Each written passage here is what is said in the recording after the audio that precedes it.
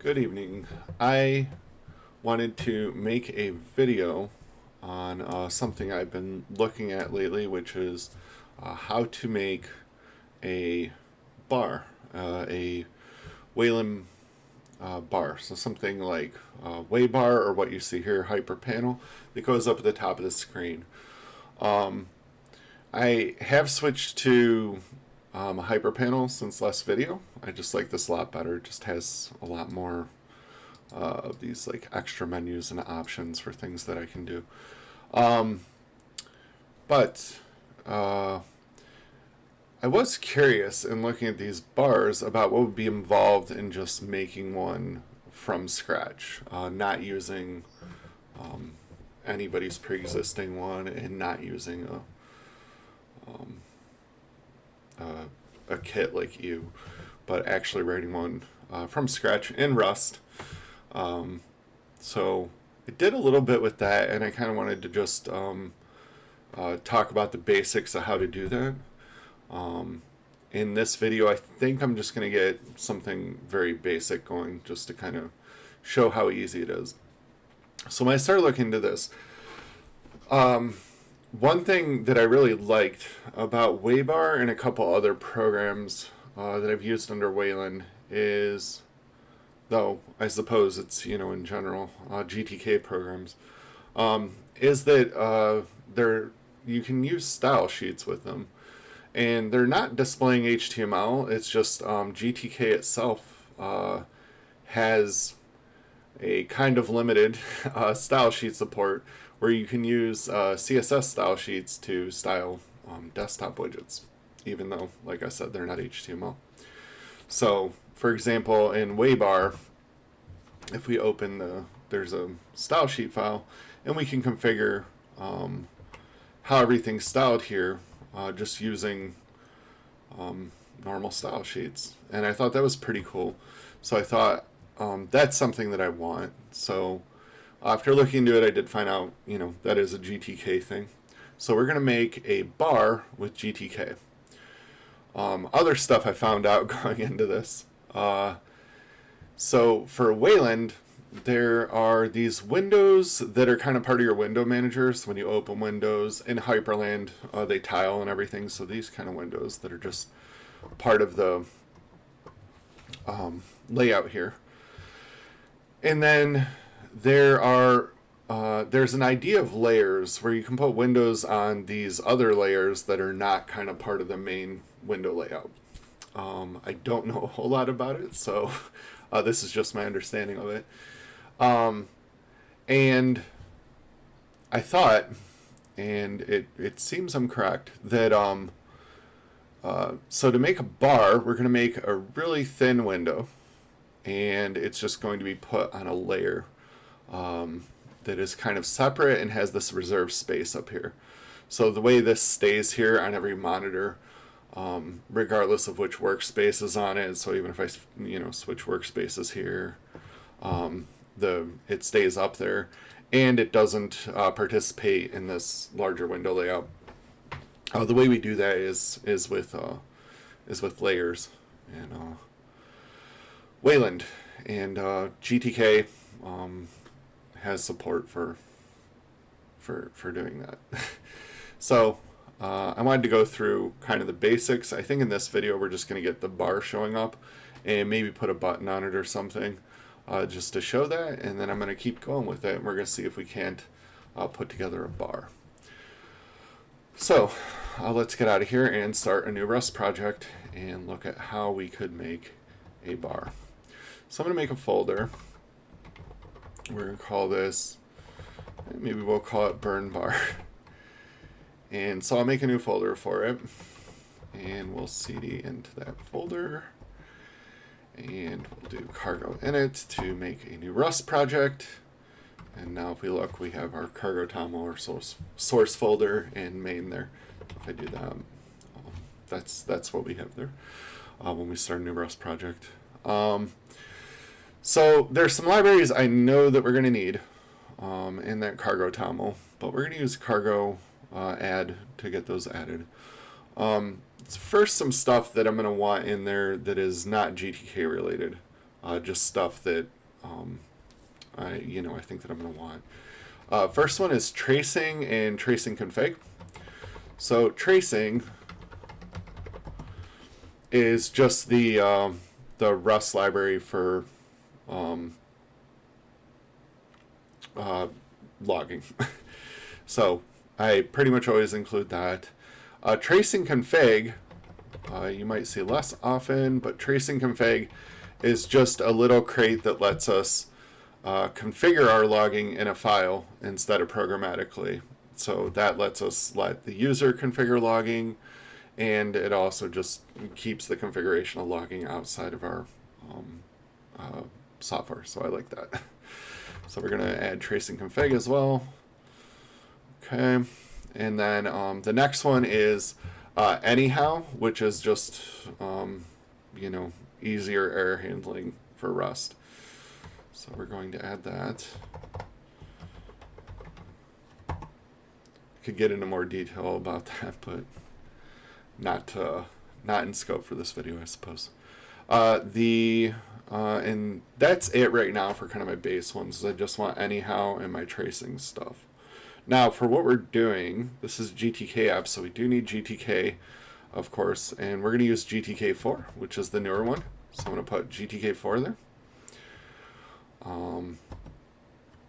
And that'll give us Gtk4. We also need Gdk4. And let's see here, glib.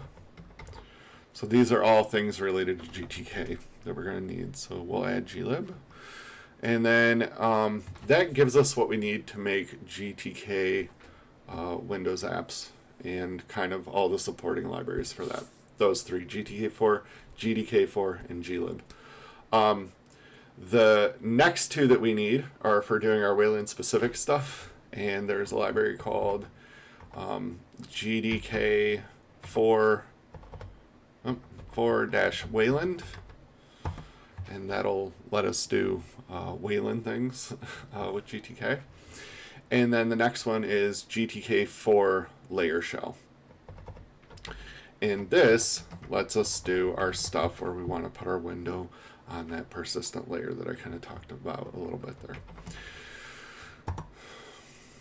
Okay, so that should be all the libraries we need for this. So if I go into Vim, we can look at cargo.toml and see where we are, and make sure I have all the features that I want.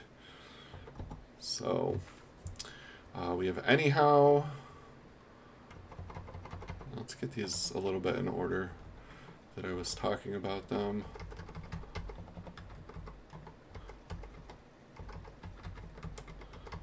Okay, so there's our tracing libraries. And tracing config, anyhow, GTK4 right here, GDK4, glib, and layer shell. We should be all set there. I don't think we need to do anything special with features, but we'll see as it comes up. I did do some work ahead of time on this. As usual, this video is not scripted, but I did do some work ahead of time, and I am referring on the other screen to kind of the work I did to talk through this. But that should be everything we need to do to get started. So let's go into our main RS, and let's start making a basic GTK app. First, we'll just try to get a window open. Then we'll worry about getting the window to be a bar. So for a GTK app, the first thing we're going to do is we're going to change our main to return a glib exit code.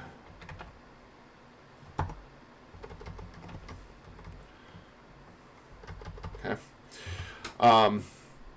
And that's just something that GTK is going to expect. And then we're going to do some stuff in main to get ourselves set up here. First thing I'm going to do, not a GTK thing, but we're just going to get tracing set up. So I'm just going to call tracing config init. Let's again get a copilot disabled here. So extras. Okay. right. So tracing config init will initialize our tracing from tracing.toml file, which is a file we're going to have to make. You'll see as soon as we try to run this. And then the next thing we want to do is make a GTK application object, and we're going to do that by just making an app variable and setting it equal to application builder dot application ID, and then here we're just going to put a name. We can put like org dot burn the stack dot burn bar. Okay, I'm going to quit and come back in because it looks like Copilot's still wanting to activate itself there. Alright, we got some not found stuff, so I do need to fix some imports here. So I'm just going to do space CA and see if we can get this stuff to show up. First, let's get that fixed. Alright, we are going to import Gtk4 application, so that'll work. And then we do need to, well, we'll get here on this. This is just complaining because we're not done yet. So main is returning a unit type instead of returning what this thing expects, but we'll be all right. And then, actually, to kind of resolve that and to get that done, we're just going to call app run. Okay. Oh, we do need at the end here, after making our builder, we do need to call that build to, instead of getting back a builder, to get back an actual application. Okay. And then here, I think we just need to include something.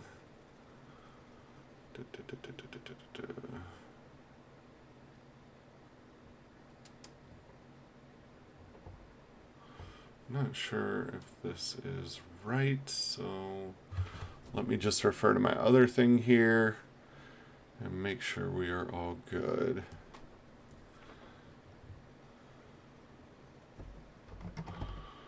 Okay. That may be right. Well, we'll see how it goes. I don't think that's what I have here otherwise, but we'll see. Alright, let's make sure our application is what I expect. That's GTK4 application. Okay. Alright, now if we do this and then try to run it, so if I type cargo run with the app we have so far, we're going to get this error from tracing config saying they can't find the tracing configuration file. Since we're using tracing config, we do need to make one of those. So I'm just going to, out here, I'm just going to make that file. And let me just check what it's called here. It is tracing.toml.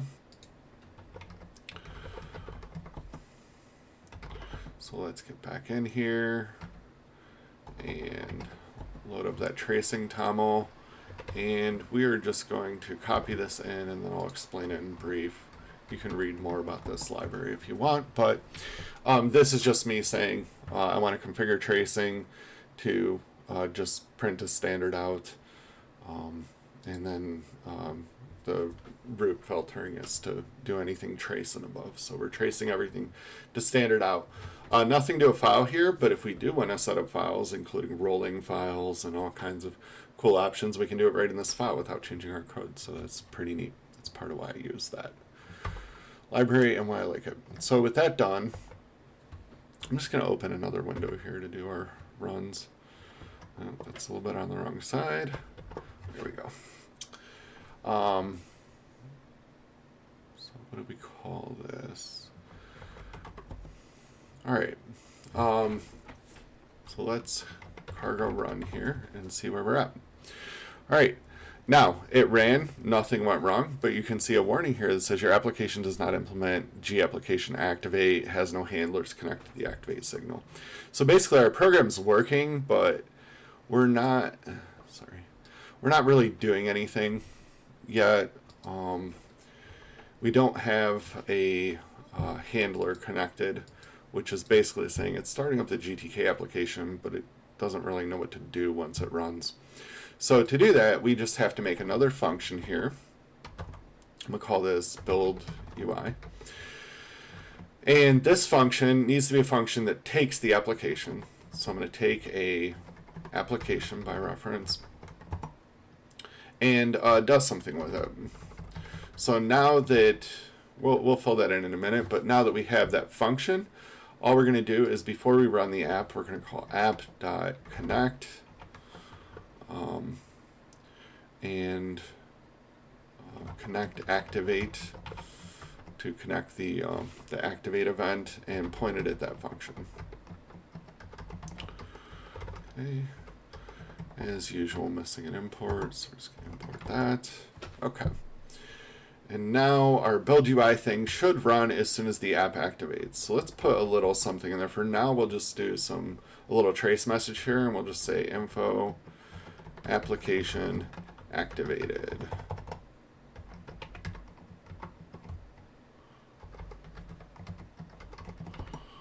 Okay. Oh, forgot my exclamation point. And then we are, as always, going to have to import that. Okay. And now, if we go over here and hit cargo run, our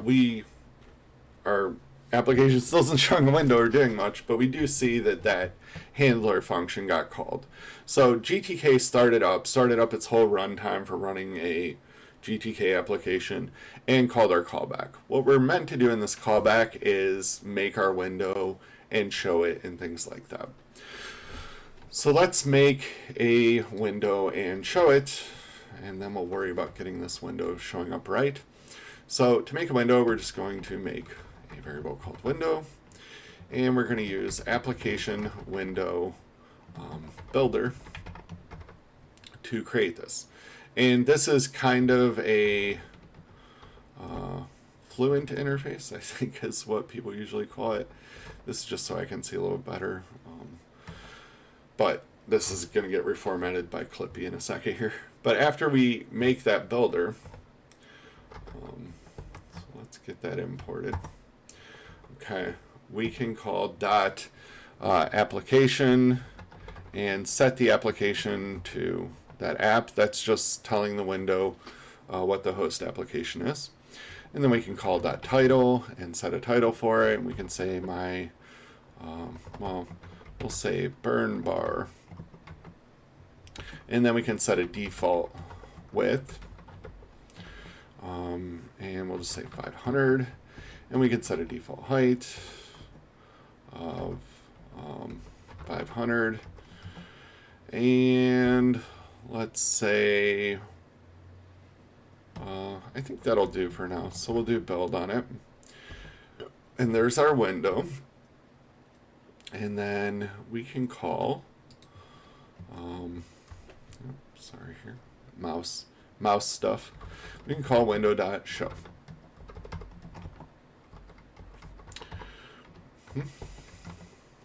Okay, some more imports. Okay, so let's give that a try. And now our application runs, and it opened a window. It opened it down here in my tiling manager because that's the that was where that split would happen. There's nothing on this window, but we did make a GTK app and we're showing a window, so we're getting somewhere. Okay. So now that we have a window showing, let's get that window so that it is up here in this reserved space and not laid out in the window manager. This is why we needed that layer shell library. So all we're going to have to do that is after we make the window, we got to just set some stuff here to make that happen. And we're going to call window.init layer shell. And then we are going to call window.setLayer, and we're going to set it to a layer. And in this case, we're going to do layer : bottom. Once I get that imported, I'll show you what the other options are. Okay, that should do it. Okay, so these are the layers. There is background, which would be a background layer. I believe that is for things like the wallpaper, where it's going to be in the very back. Bottom, which is kind of fixed layer, but it's on bottom. Top, overlay, which goes over top of the normal kind of window layout. Again, these are my guesses. I don't know a whole lot about this. This is a little bit me just like trying things and seeing what we can make. But for now, we're going to do layer bottom. I don't think it matters because of the next thing we're going to do between bottom and top, which is we are going to set this up not just to be on some layer, but to reserve some space. So for that, we're going to call window.auto exclusive zone enable. And what that will do is that will mark our Windows space where our window shows that's an exclusive spot. It's not to be used by other windows or by the window manager. Okay. And then we're going to set some anchors. Anchors will let us, we don't really want to set a width for our window. We want to just set that our window is kind of stuck to some parts. So we could put it on top, which would go above this bar that I have. I think for now we're going to stick it on the bottom just to show, just so we can kind of see it distinctly from the one on top so it doesn't look as silly. So let's set some anchors. So I'm going to do window dot set anchor, and we're going to do edge colon left. Bring that in. And then true. So true is just what turns us on. So that means that the left side of our window is anchored to the left of the screen. And then we're going to do the same thing for right. So our right edge is stuck to the right. And bottom. So that'll give us a window at the bottom. So it'll stick down here, stick to the left, stick to the bottom, and stick to the right. How tall is it going to be? It's not going to have any height until we start putting stuff in it, so we'll get to that as soon as we can. But now we have that done, so the window should show. Well, let's see. If we don't put anything in it, actually maybe it will show, because we do have this default width and height up here. We don't need the width anymore because we're using anchors. It's going to stick to left and right. But let's give this some height. Let's say 30 pixels. All right. And now let's show our window. Still a blank window, but now it should be on that layer shell. It should have its exclusive zone. It should be doing the bar thing. So let's see what happens. There we go. There's our bar. And you can see it's stuck there. And if we switch workspaces, let's see if it stays put. Yep. Okay. So we have a bar. Just like that, we've made a bar. It's not very interesting right now. It's just a plain gray spot. But with a little bit of Rust code, we have a start at writing a bar. So let's put something in it and talk about kind of like how to do some of the UI stuff we're going to want to do. And then I'll talk a little bit about plans. We might go a little bit further. I'll probably make a separate video for going further because I think I want to do a little bit of research first. So first thing, let's just get a button in here just to show them. So I'm going to hit Control-C to end my application, and let's get a button added here. All we're going to do is, before we show the window, we're going to make a button and put it into this window. So let's make a button. Button equals, and we're just going to do Gtk4 button with label hello world. Okay, so that'll make a button that has its text basically set to hello world. We do have to be careful when doing this, especially if we're coming from HTML or even Microsoft Stack. In GTK, labels aren't clickable. Not everything has every single event, so you do need to use things that are appropriate for their purpose. You should be doing that anyway for accessibility, but just to say, if we want something clickable, we do need a button or something else like that. But we can style the button to look however we want, so it's okay. So now we have a button that says Hello World, and let's get that button added to our window. So we might need a little layout thing here, but I think we can just window dot append. It's not window dot append. It's window set child. Yeah, we can only put one thing in this window. So we're actually going to want to make something else, which is what in GTK4 is called a box. A box is just a layout thing that can contain multiple widgets. So a window by itself doesn't know how you want to lay stuff out. A box lets us lay stuff out in one direction. So we can make a horizontal box or a vertical box. You can think of it a little bit like Flexbox. Not quite as powerful, but it'll do everything we need. So we have our button. Let's make a box. So let's do let box equals GTK4 box. We can put GTK box. Might be better to use the alias. Yeah, I'm not quite sure what to do there, but we'll stick with box for now. Box is just a little bit confusing because box has a very important meaning in Rust, but that's okay. So we'll make a new box. We're just going to do box new, and then it wants an orientation just to tell, okay, I'm a box that's going to lay out multiple components. Do you want to lay them out left to right or top to bottom? We're on our bar, we're going to want to go left to right. So let's do orientation horizontal. And then the next argument it wants is the spacing between items. So we'll just put 10. We're only putting one button in for now, but so it shouldn't be too big of a deal. Let's see what it doesn't like here.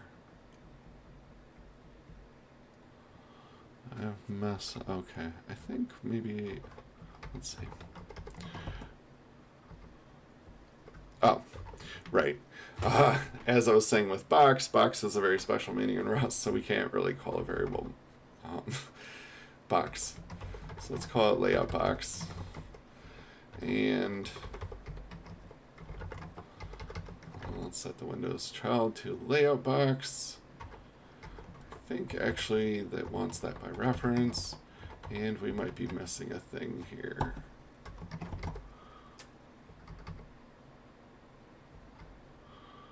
Okay. Maybe not.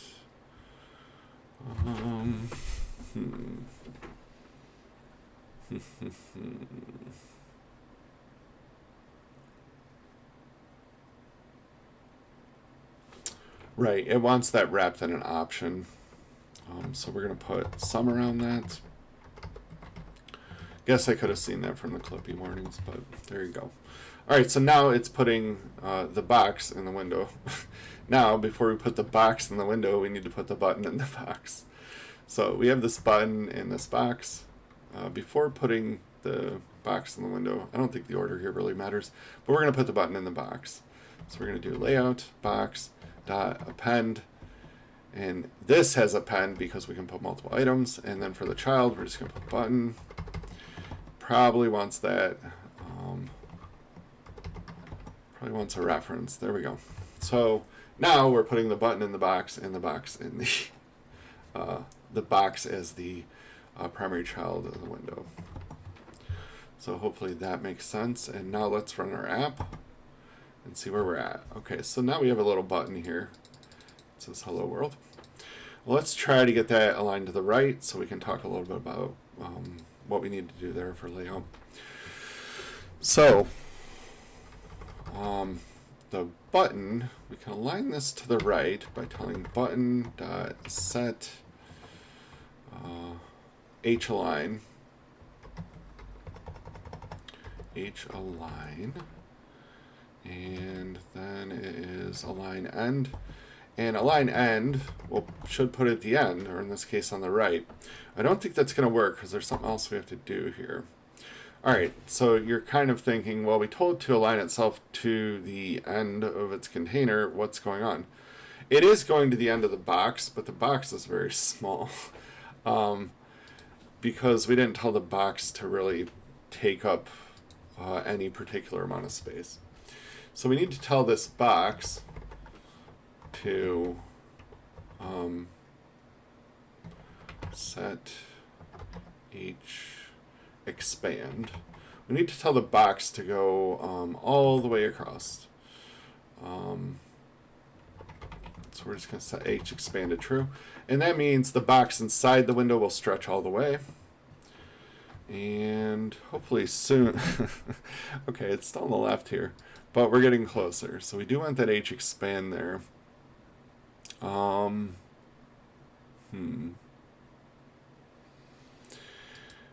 think we might also need to do layout box set H align to fill, and let's try that. Okay, this is still not quite doing what we want. Let's separate those. So now we got the button in the box. All right.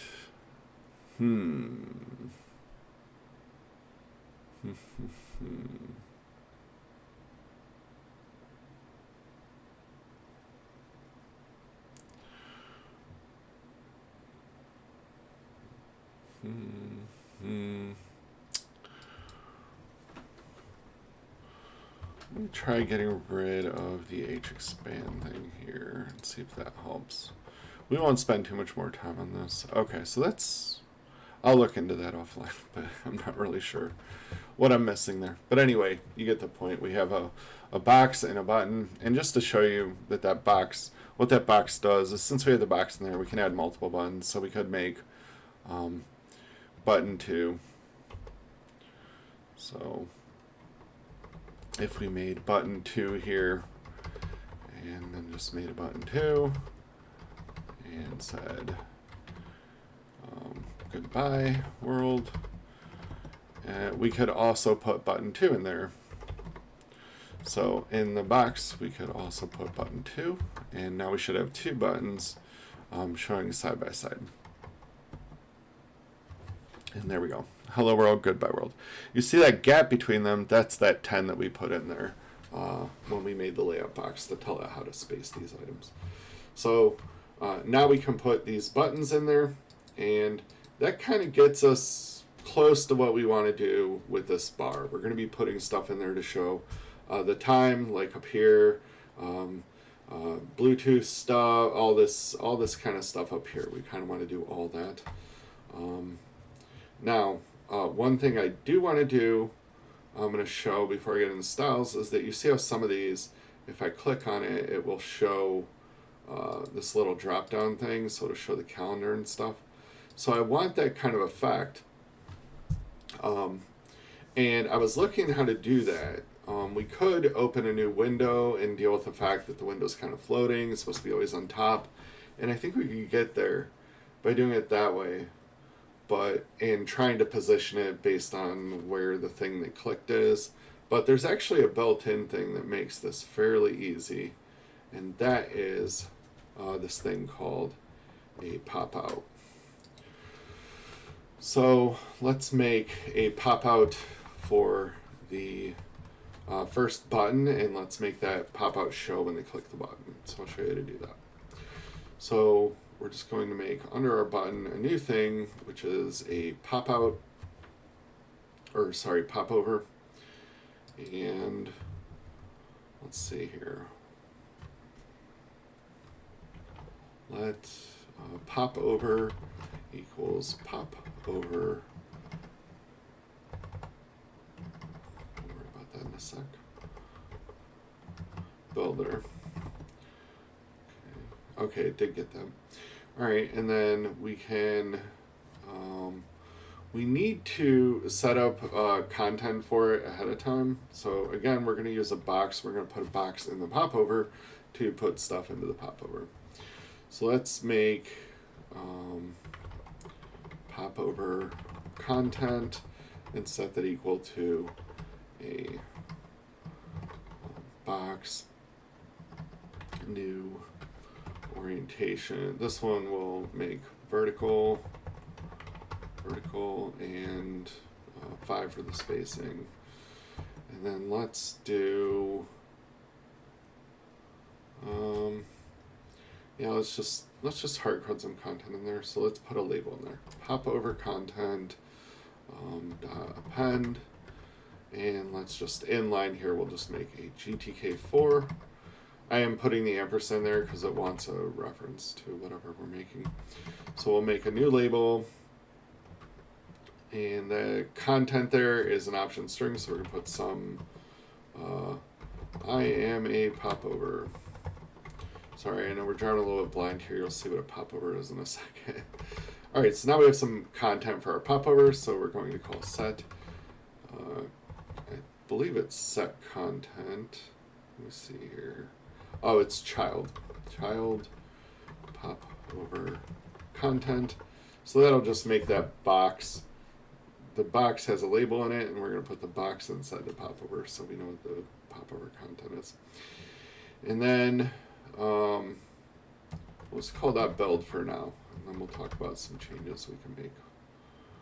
Okay, I think popover content, as always, it wants a reference, so there we go. All right, so now we have this popover. We can put some options on it here.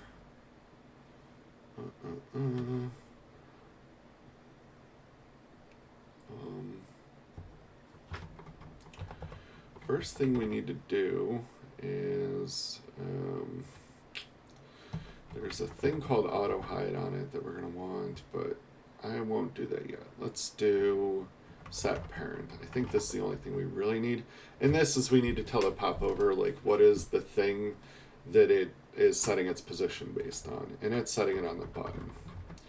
So that'll position itself based on where the button is. Okay. We do need a reference there, not a full button. Okay, so now we have that button set.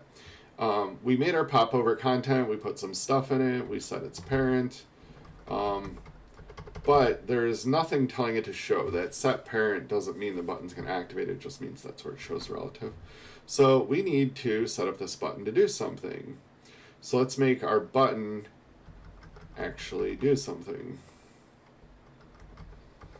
We'll do it, let's move these down just so we have a nicer order here, so that our popover is being made first. It'll just make things easier for me to lay this stuff up. And, oh, that's going to cause a problem. Yeah, I guess we should have just left well enough alone. Okay, so let's add the button click handler. So what we can do is we're going to make this button do something. The button one, when it's clicked, when they click hello world, we want to show that popover that says I'm a popover. Just do button dot connect clicked, and this lets us attach a lambda to the click event. And there is a helper function here that we're going to use. This is just a GTK thing. We're going to wrap our thing in here, and that is this clone thing, this clone macro. And then with that there, we're going to next tell it stuff kind of that we need to capture here. So popover, we need to do something with the popover here. And we're going to put an attribute above this called weak.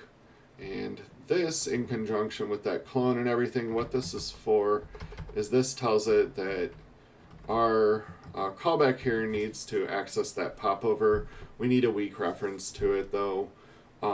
It is just because GTK is written for C and not with Rust's memory management in place, so we kind of have to uh, use these things to kind of help it understand how to deal with lifetimes between the two.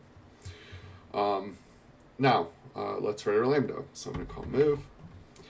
And our lambda takes one argument. We don't care about it right now, though, so I'm just putting an underscore there for the type. And now we can write our code for handling that. And I'm just going to do if, well, we'll just do pop over dot pop up. That should do it. Okay, can't find that. We need glib clone. Okay, no method named pop up. Okay. This is just just stuff we need to import here. Okay. Alright, now we should be good. It is telling us we don't need those curly braces. I'd like to leave them there because we are going to end up doing more here. I just put a comment here that will get rid of the warning, and it'll remind me we have more to do here. Okay, so now I think we're done. We made a popover, and we made the button that when it gets clicked, it shows the popover. So let's see what that does. So now when I click the button, we see this popover. Now this almost looks like what we want. It's white. Everything still looks pretty ugly. It has this weird arrow on it that maybe we like, maybe we don't. We can get rid of that too. It does auto hide, which is a cool feature. So it's showing this menu, and I can click inside the menu and everything, well, inside the popover, everything's fine. But as soon as I click anywhere else on the whole screen, it automatically hides. So that's just what we want. The other thing we might want to do, okay, this is already working. So I think we're good. We actually don't need to do anything more. That's it. So now our popover is showing. So now we have this idea where we can show those things. So let's say we wanted to get rid of the arrow, which I think we're going to want to for what we're making. All we have to do is on this popover here, we can do popover dot set has arrow and just set the defaults. And then when we run it,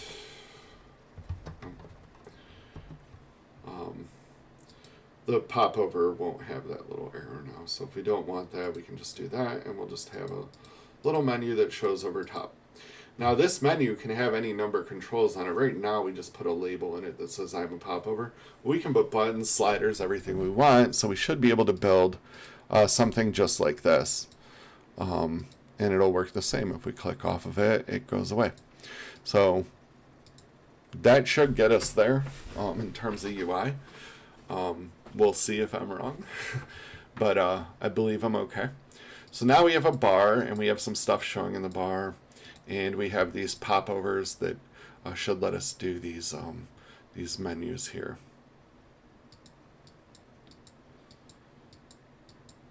Okay. We can look into this later, these warnings that we're seeing, but I think we're pretty good here. So last thing I want to talk about before wrapping this up is this looks ugly. And the main reason we use GTK is that we noticed in Waybar there was this neat style sheet support. So let's get style sheets working before we move on. And then next video we'll start making these actual modules, and that'll be cool. A lot of it isn't too hard. We can get most of this information just from other terminal programs. We just have to shell out and kind of use their input. So let's get the style sheet done though before we wrap up for this video. So for the style sheet, what we need to do here is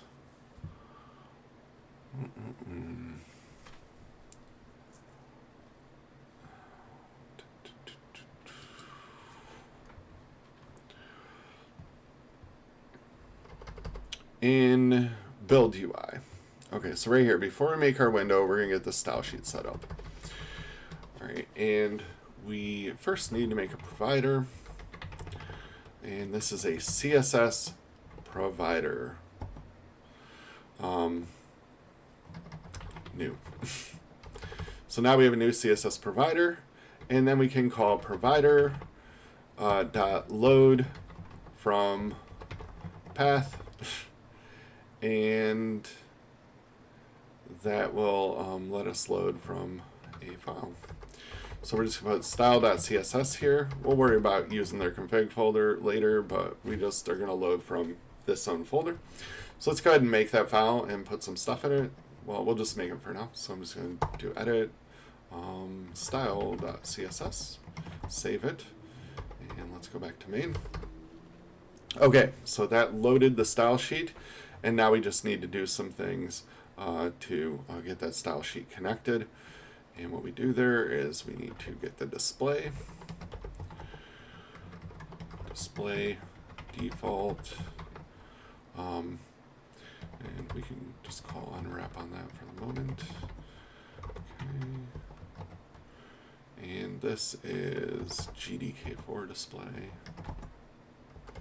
Okay, now that we have the display, we are going to call Gtk4 style context add provider for display, and the display is display, and the provider is provider, and the priority we're going to fill in. These usual problem, it wants a reference.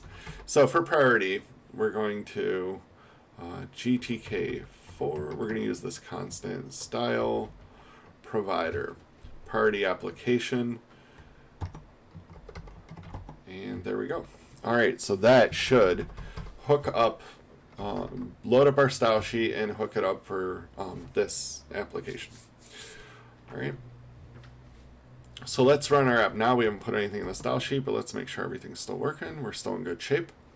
Okay, and with that code we connected our style sheet, so let's see if we can do some things. So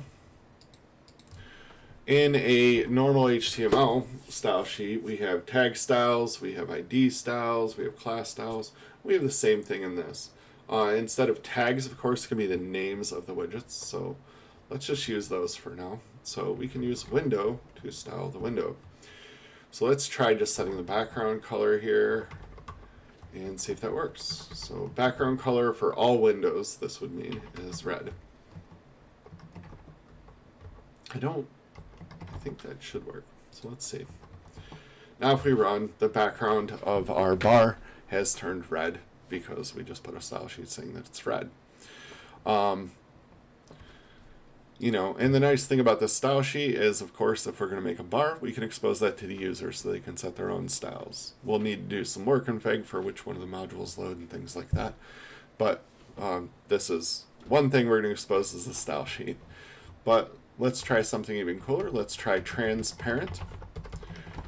And if we do a transparent window, let's change our wallpaper to something that makes this a little bit more clear what's going on. But, okay.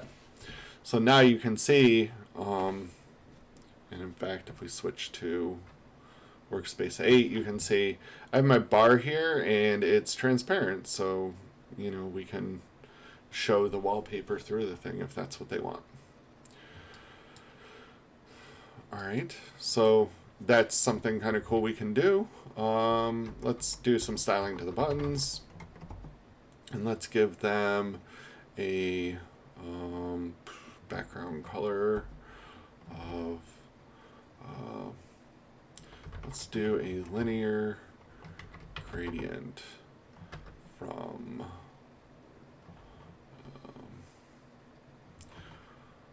17 to 777 to 17. Okay, so what this will be is like pretty dark black to a darker black to back to the pretty dark black. It should give us a black background with kind of that um, interesting kind of rounding effect a little bit. And then let's set the foreground color of this to white so that we can see the text on them. And let's see if we get the black buttons with the thing, with the white text. Okay, not quite. The reason why, in normal CSS, same thing. If we want to set a gradient, we don't use background color, we use background. So let's try that again. Okay, so now we got that. We do have borders on these buttons, which I don't know if I want. So let's set border to 0. Actually, more correctly, we should set border to none, I suppose. There we go. Okay, so now I got my little gradient buttons. It's so subtle you probably can't see in the video. But anyway, that's just to show that we can do style sheets, and we have that functionality in there. So UI-wise, we kind of have all the pieces we need toward this. Let's try styling the popover as well. Let's do popover and give it kind of the same thing here, that background color and foreground color. Let's see if that works. I'm not sure if that will. I haven't played with that, but okay. Didn't like the gradient, but it did do the text color. It's interesting.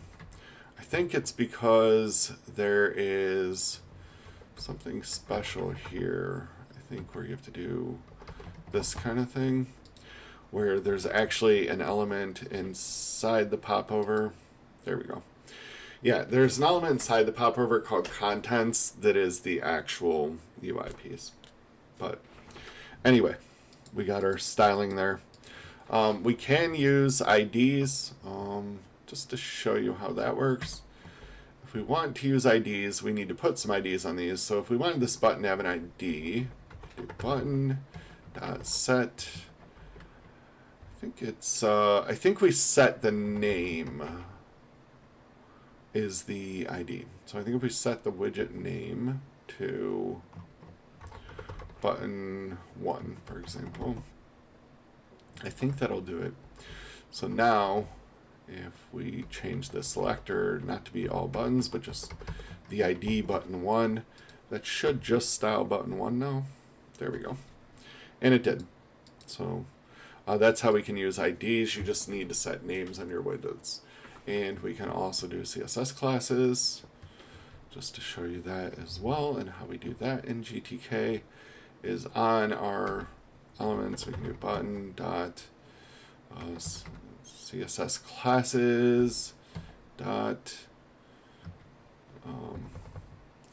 maybe it's set CSS classes, and this wants an array, well, a slice of strings. So it's because we can put multiple classes. So if we did this and just made a class called button,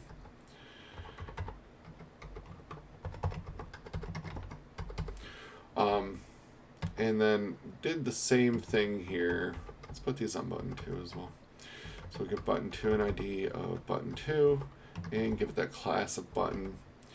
And now we should be able to use the .btn class to mean this applies to buttons. Okay. All right. Interesting. It is, maybe did I not save?